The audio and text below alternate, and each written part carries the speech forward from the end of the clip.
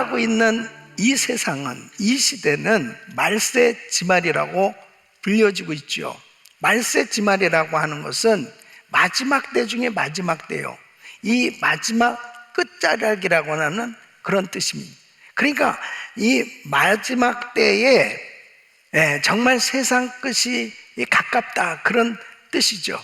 그래서 정말 이 말세 지말이다 라고 하는 이 시대는 예수 믿지 않는 사람들에게도 흔히 요즘 말세야, 정말 마지막 때야, 이런 단어가 너무 쉽게 모든 사람들이 이 시대는 정말 종말이 가까운 때임을 인식하는 그런 시대에 살고 있습니다.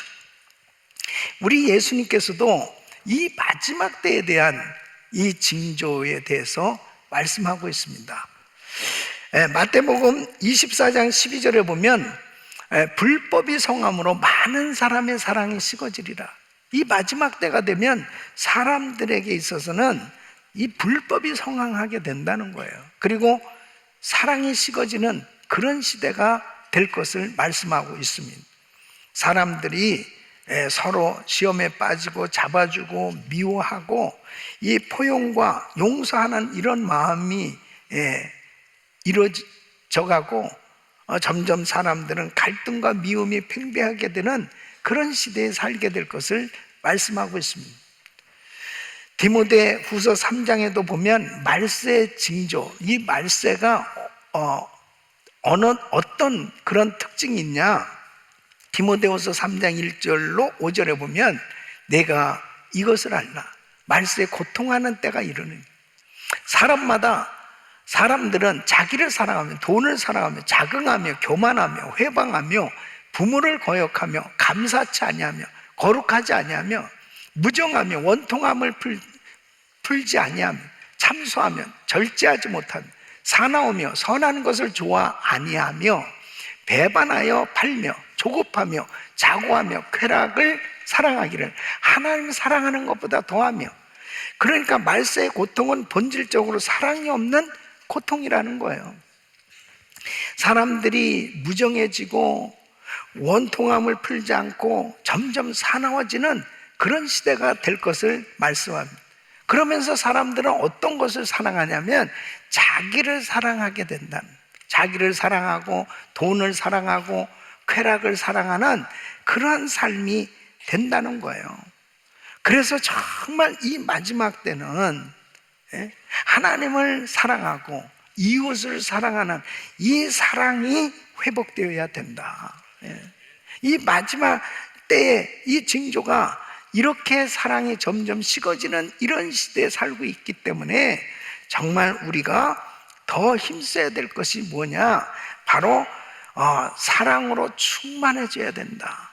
그래서 그리스도인들, 예수 믿는 사람들의 공통점이 뭐냐면 누구나 다 정말 열심히 주를 섬기고 싶어하며 열심히 신앙생활하고 싶어해요. 그런데 주님께서는 이 사랑이 전제되지 아니한 헌신은 하나님을 기쁘시게 할 수 없다는 거예요. 그래서 주님께 헌신하기 전에 먼저 필요한 것이 뭐냐? 하나님의 사랑으로 충만해져야 된다는 거예요. 여러분, 하나님의 사랑으로 충만해질 수 있기를 축원합니다. 오늘 이 본문 말씀을 보면 어떤 서기관이 예수님을 찾아왔어요. 그래서 이렇게 물어봐요. 모든 계명 중에 첫째가 무엇입니까? 이스라엘 사람들은 하나님의 율법을 따라 살아가고 있기 때문에 그 랍비를 통해서 실생활에 이 율법을 적용하기 위해서 이 만들어 놓은 구체적인 그 계명들이 613가지나 되었습니다. 그 중에 365개는 하지 말라라고 하는 계명이고요. 그리고 248개는 하라 하는 이 긍정적인 그런 계명들입니다. 그러니까 이스라엘 사람들은 이렇게 많은 계명들 다 중요하잖아요. 그러니까 예수님께 물어보는 거예요. 이 많은 계명들 가운데 어떤 계명이 최고의 계명입니까? 첫째 가는 계명입니까? 이렇게 물어봤어요. 그때 우리 주님께서 오늘 이 본문의 29절로 30절로 이렇게 말씀하시는 것입니다. 예수께서 대답하실 때 첫째는 이것이니 이스라엘아 들으라 주 곧 우리 하나님은 유일한 주시라. 내 마음을 다하고 목숨을 다하고 뜻을 다하고 힘을 다하여 주 너의 하나님을 사랑하라 하신 것이요. 그러니까 마음을 다하고 목숨을 다하고 뜻을 다하고 힘을 다하여 주 너의 하나님을 사랑하라. 이것이 첫째 되는 계명이라는 것입니다. 이 둘째는 그와 같으니 31절을 보면 내 이웃을 내 몸과 같이 사랑하라 하신 것이라 이에서 더 큰 계명이 없느니라. 이렇게 말씀을 하실 때 이 서기관이 34절에 33절에 이렇게 대답을 합니다. 하나님을 사랑하는 것과 또 이웃을 제 몸과 같이 사랑하는 것이 전체로 드리는 모든 번제물과 기타 제물보다 나으니다. 이렇게 답변을 했을 때 주님께서 감동을 받으셨어요. 그리고 34절에 이렇게 말씀하십니다. 내가 하나님의 나라에 멀지 않도다. 그러니까 주님의 이 진리의 말씀을 긍정적으로 받아들이고 이렇게 반응한 이 서기관을 칭찬하고 계신 걸 보게 됩니다. 사랑하는 성도 여러분, 이 말씀은 뭐예요? 주님을 찬양하고 예배하고 그리고 주님 앞에 예물을 올려드리고 이런 모든 행위들은 다 귀한 겁니다. 그런데 드리는 사람의 그 중심이 어떠하냐? 그 드리는 사람의 중심이 정말 주님을 사랑하고 있는가? 주님을 사랑하면서 믿음으로 주님 앞에 드리고 있는가? 그 중심이 정말 중요하다고 말씀하시는 거예요. 주님을 사랑하기 때문에 하고 있는가? 주님을 사랑하는가? 이것을 주님이 보신다는 거예요. 여러분 창세기 4장에 보면 가인과 아벨이 같이 제사를 드립니다. 예배를 드린 거예요. 이 가인은 농사를 짓는 사람이니까 이 농산물을 가지고 제물로 하나님 앞에 제사를 드렸고, 가인은 양을 쳤기 때문에 양의 새끼를 가지고 제사를 드렸어요. 그때에 보면은 창세기 4장 3절로 5절에 보면 그 내용을 이렇게 말하고 있습니다. 세월이 지난 후에 가인은 땅의 소산으로 제물을 삼아 여호와께 드렸고, 아벨은 자기도 양의 첫 새끼와 그 기름으로 드렸더니 여호와께서 아벨과 그 제물은 연락하셨으나 가인과 그 제물은 연락하지 아니하신지라 그랬습니다. 아니, 아벨의 제사는 받으신데 가인의 제사는 받지 아니하셨다는 겁니다. 그러면은 그 제물 때문에 그러셨을까? 아니에요. 그 해답이 히브리서 11장 4절에 이렇게 말씀하고 있습니다. 믿음으로 아벨은 가인보다 더 나은 제사를 하나님께 드림으로. 그러니까 바로 제사를 드리는, 예배를 드리는 그 사람의 중심을 주님께서 보셨을 때 아벨은 정말 주님을 사랑하는 그 마음으로 믿음으로 드렸다는 것입니다. 우리 사랑하는 성도 여러분, 우리가 교회를 섬기고 정말 열심히 봉사하는 게 얼마나 귀한 겁니까? 그런데 만일 내 마음에 주님을 사랑하는 그 마음으로 드리지 못한다면 그것은 하나님이 기뻐 받으실 수 없는 거예요. 우리 신앙에 있어서 진짜냐 가짜는 무엇으로 판단할 수 있어요? 무엇이 기준입니까? 우리 하나님을 정말 사랑하면서 하는가, 그 사랑이 기준이 되는 거예요.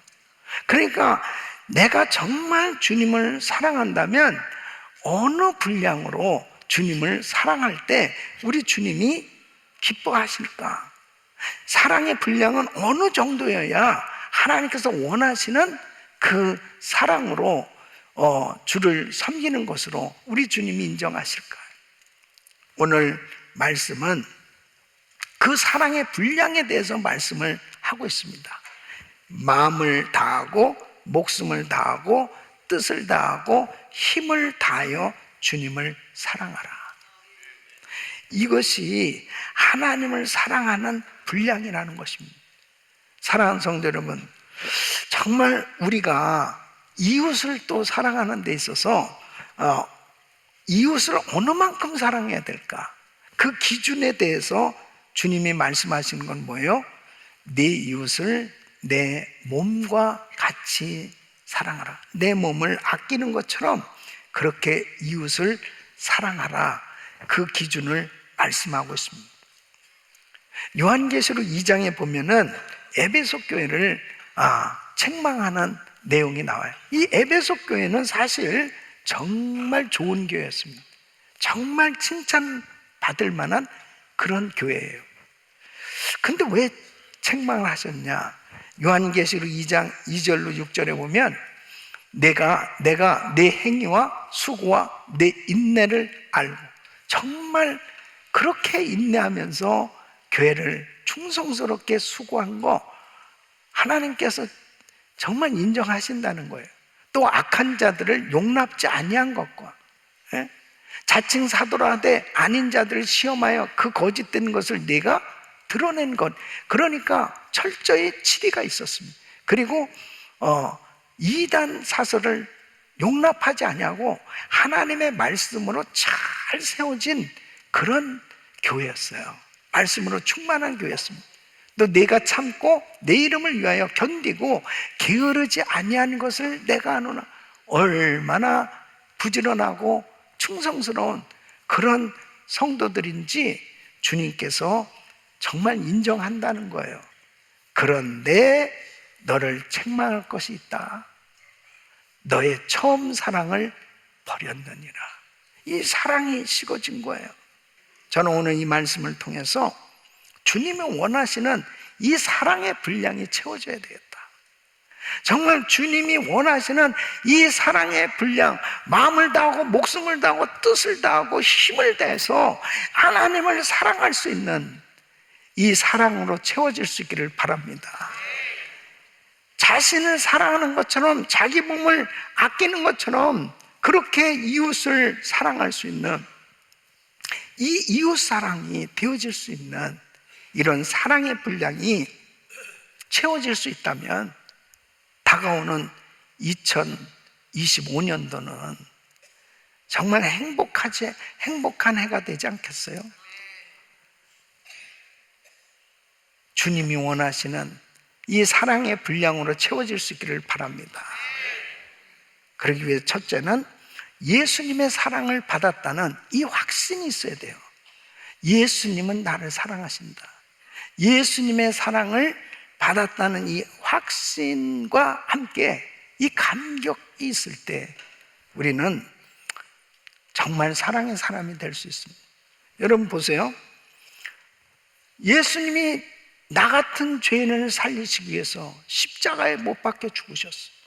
그 십자가의 사랑, 그 십자가의 사랑이 모든 사람을 위해서 십자가에서 죽으신 사랑이지만 바로 내 죄 때문에 나는 영원히 저주받아 그 죄로 인해서 지옥에 갈 수밖에 없었는데 바로 주님이 나를 위해서 십자가에서 죽으셨다는 이 십자가의 진리가 깨달아졌을 때, 와, 주님 감사합니다. 주님 사랑합니다. 이게 저절로 되잖아요. 예? 이 십자가의 사랑을 깨닫기 전에는 정말 주님의 그 사랑을 잘 몰라요. 근데 이 십자가에서 나 같은 죄인을 위해서 죽으셨다고 하는 이 사실이 깨달아졌을 때 주님이 나를 위해서 죽으셨군요. 주님, 내 죄 때문에 그렇게 고통당하셨군요. 그 주님의 그 십자가의 은혜로 내 죄가 사함받게 되었고 내가 하나님의 자녀가 됐으니 하나님 감사해요.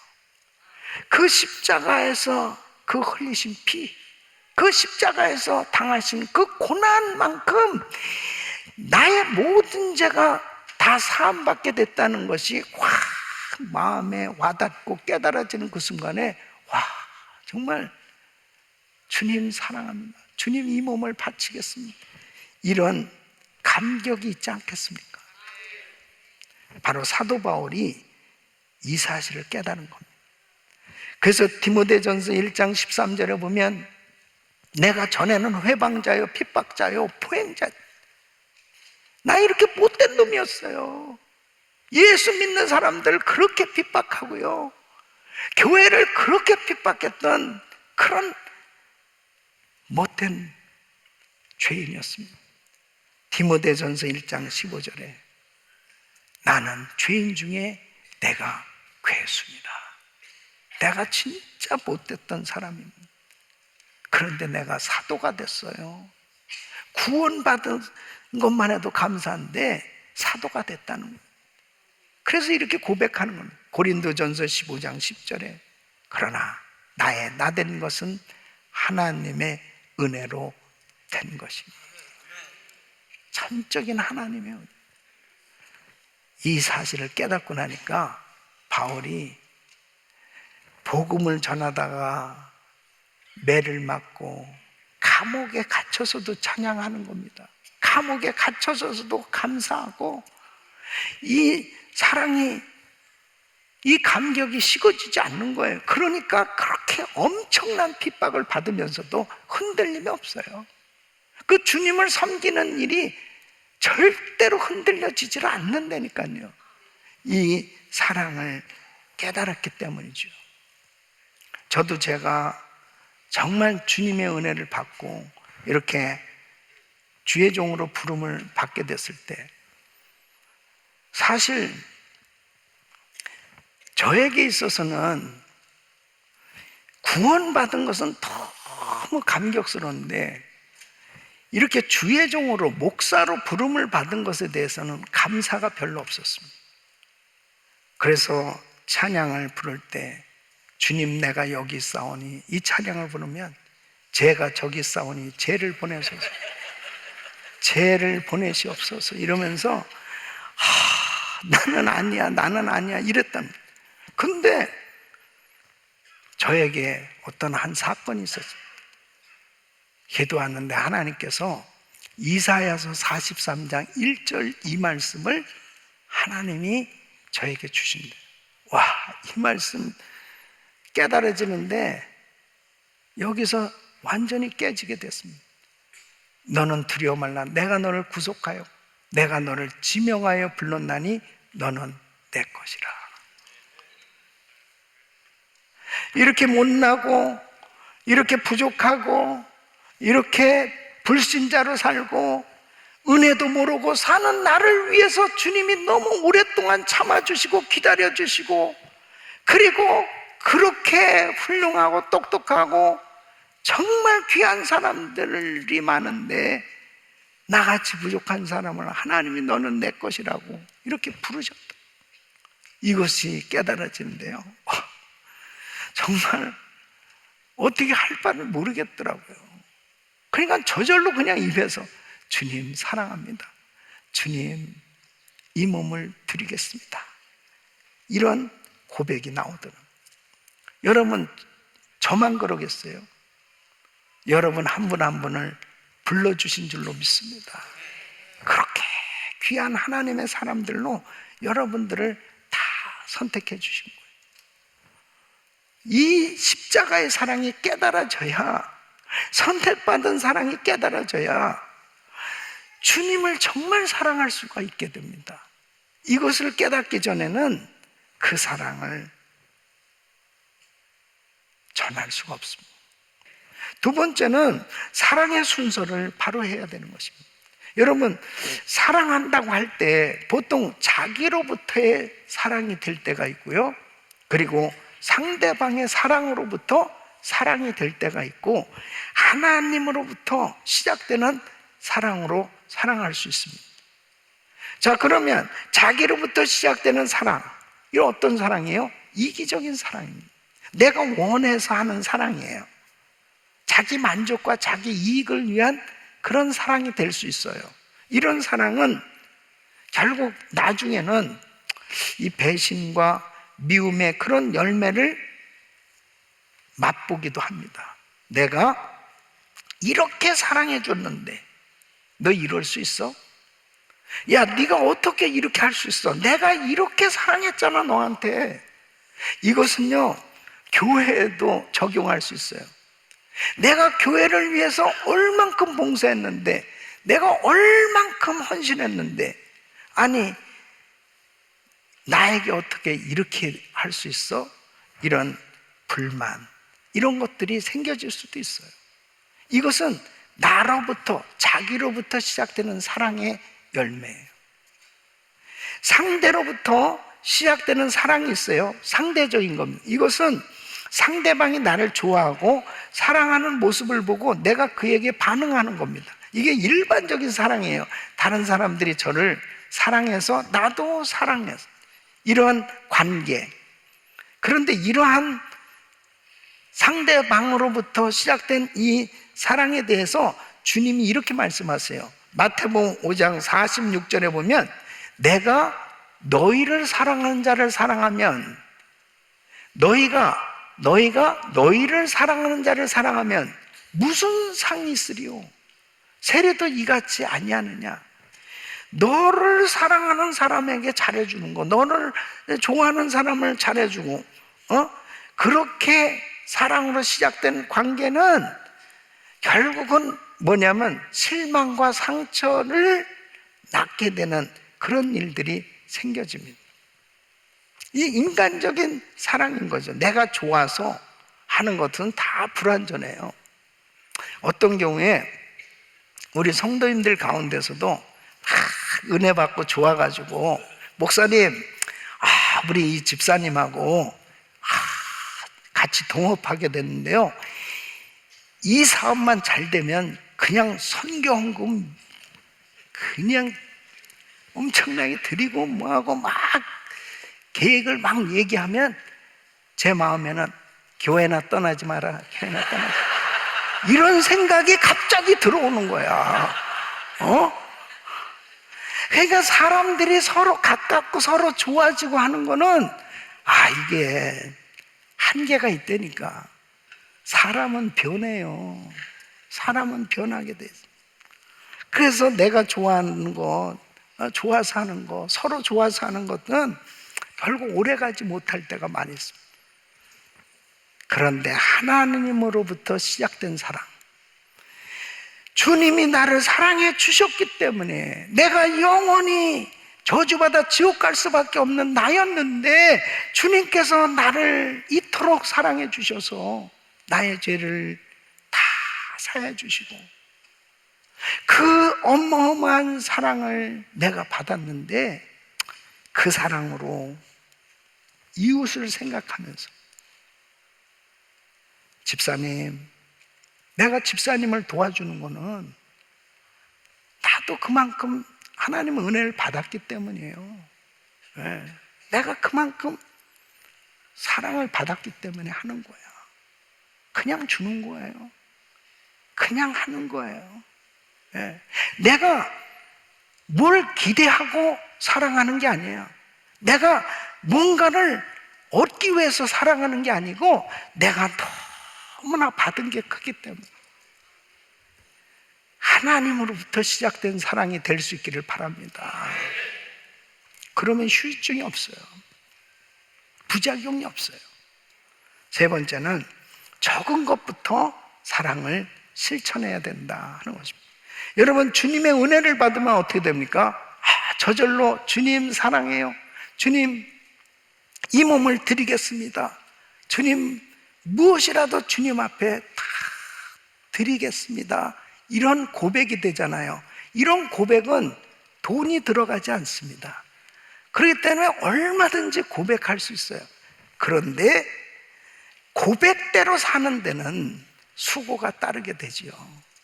고백대로 산다는 것은 뭐예요? 진실된 사랑. 그 진실된 사랑은 반드시 수고와 희생이 따르게 됩니다.